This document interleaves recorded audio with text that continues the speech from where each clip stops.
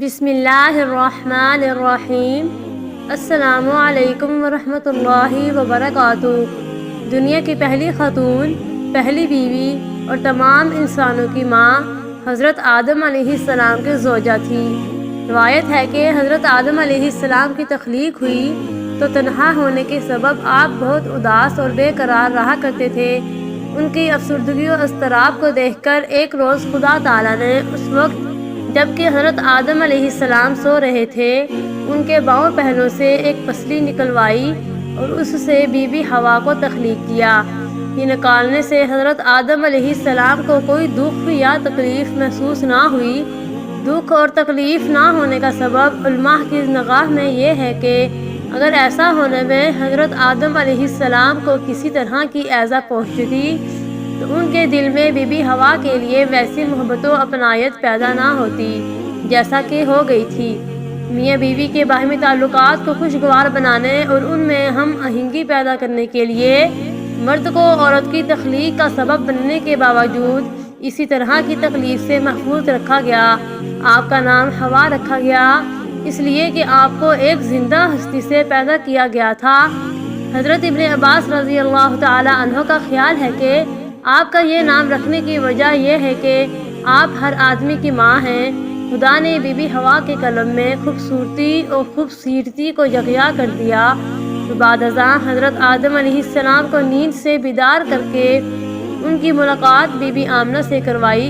انہیں دیکھ کر حضرت آدم علیہ السلام نے بے اختیار ان کی طرف ہاتھ بڑھانا چاہا، تب حضرت الہی سے آواز آئی، اے آدم خبردار، اسے مت چھونا، بے نکاح یہ تجھ پر حرام ہے۔ چنانچہ حضرت آدم علیہ السلام کی درخواست پر ان کا نکاح بی بی حوا کے ساتھ کر دیا گیا اور دونوں میاں بیوی کو جنت میں رہنے بسنے کی اجازت عطا کر دی گئی۔ انہیں اجازت دی گئی کہ وہ جنت کے باغوں میں سے جو چاہیں کھائیں، لیکن ایک درخت کے پاس بھٹکنے کی ان کو اجازت نہ دی گئی، اس کا پھل ان پر حرام قرار دے دیا گیا۔ شیطان نہیں جو حضرت آدم علیہ السلام کی تخلیق سے ان کا دشمن بنا، ان کی طاق میں لگا بیٹھا تھا۔ ایک روز موقع پا کر وہ جنت میں داخل ہوا، بی بی حوا کے پاس پہنچا اور انہیں ورگلایا کہ خداوند تعالیٰ آپ کو جنت سے نکالنے کا ارادہ رکھتا ہے، اسی واسطے آپ کو اس درخت کا پھل کھانے سے منع کیا ہے، کیونکہ کوئی بھی اس کو پھل کھا لے گا تو اسے کبھی جنت سے نہیں نکالا جائے گا۔ اس پر حضرت بی بی حوا نے ہاتھ بڑھا کر اس درخت سے 3 پھل توڑ لیے، ان میں سے ایک خود کھایا اور 2 آدم علیہ السلام کے لیے لے گئی۔ حضرت آدم علیہ السلام کہنے لگے کہ خدا تعالیٰ نے مجھے اس درخت کا پھل کھانے سے منع کیا ہے، لیکن بی بی حوا کے مجبور کرنے اور ان کے لیے اپنی فطری محبت کے ہاتھوں لاچار ہو کر پھل کھا لیا، اور یہ پھل کھاتے ہی آدم علیہ السلام اور بی بی حوا کی آنکھوں پر پڑے ہوئے حجاب اتر گئے۔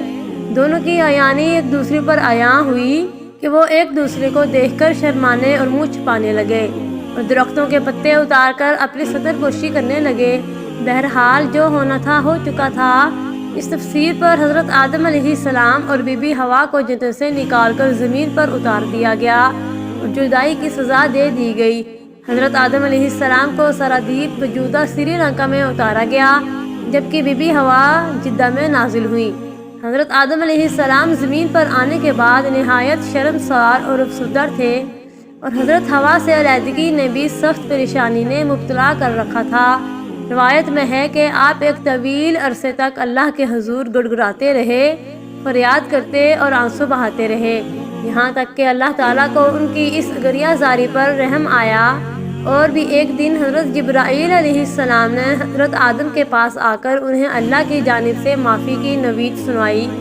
حضرت آدم خوشی سے سرشار بارگاہ خداوندی میں سر بسجود ہو کر شکر بجا لائے۔ حضرت جبرائیل علیہ السلام انہیں لے کر مکہ آئے، جہاں حضرت آدم نے کعبہ شریف کی بنیاد رکھی اور حجر اسود کو کعبہ کی دیوار پر نصب فرمایا کہ اس کے گرد طواف کیا۔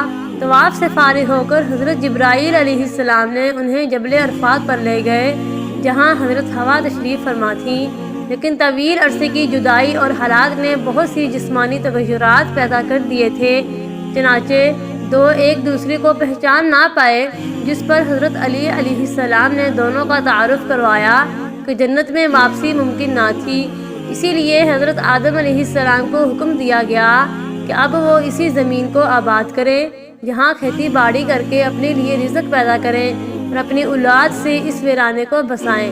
حکم الہی کی تکمیل میں حضرت آدم علیہ السلام اور بی بی حوا زمین پر زندگی گزارنے لگے اور اس وقت کا انتظار کرتے رہے کہ جب خالق حقیقی کی طرف سے واپسی کا اذن ہو۔ حضرت آدم علیہ السلام اور بی بی حوا نے اپنی اولاد کو اللہ کی اطاعت کو دین حق پر کاربند رہنے کی تعلیم دی۔ پھر حضرت آدم علیہ السلام کی وفات کا وقت آیا اور فرشتے گھر میں داخل ہوئے تو آپ سمجھ گئے۔ اپنی اہلیہ حضرت حوا اور اپنے بچوں سے فرمایا کہ تم سب مجھے تنہا چھوڑ دو۔ اس کے بعد اللہ کی حمد و ثنا میں مصروف ہوئے۔ فرشتوں نے روح قبض کی، فرشتوں نے خوشبو لگائی، گھڑا کھود کر قبر بنائی۔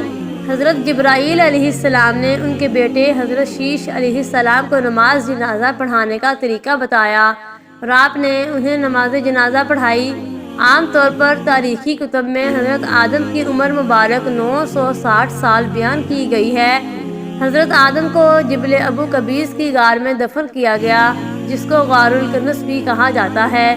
جبل ابو قبیس اس دنیا کا سب سے پہلا پہاڑ ہے کہ جس کے دامن میں کعبۃ اللہ ہے، اسی کے دامن میں محلہ بنو ہاشم ہے اور دار الندوہ سے لے کر بنو ہاشم کے سارے گھر جبل ابو قبیس کے دامن میں ہیں۔ اسی جبل ابو قبیس کے دامن میں حضرت بی بی آمنہ کی قبر مبارک گھر ہے، جہاں نبی رحمت صلی اللہ علیہ وآلہ وسلم کی ولادت باسعادت ہوئی۔ یہیں پر حضور کا بچپن گزرا تھا۔ اسی پہاڑ پر کھڑے ہو کر حضور اکرم نے چاند کے 2 ٹکڑے کیے۔ یہی وہ پہاڑ ہے جہاں حضرت آدم ٹھہر گئے تھے اور اسی کے پتھروں کو خانہ کعبہ کی تعمیر میں استعمال کیا گیا۔ اسی پہاڑ پر حضرت آدم کی قبر بنائی گئی۔ ناظرین گرامی، حضرت آدم کی وفات کے ٹھیک 1 سال بعد حضرت بی بی حوا بیمار ہوئیں۔ جب حضرت بیمار ہوئیں تو آپ کے بیٹے حضرت شیش علیہ السلام سمجھ گئے کہ اب ہماری والدہ کے جدا ہونے کا وقت آ پہنچا ہے، کیونکہ اس وقت بیماریوں کا وجود تو نہ تھا۔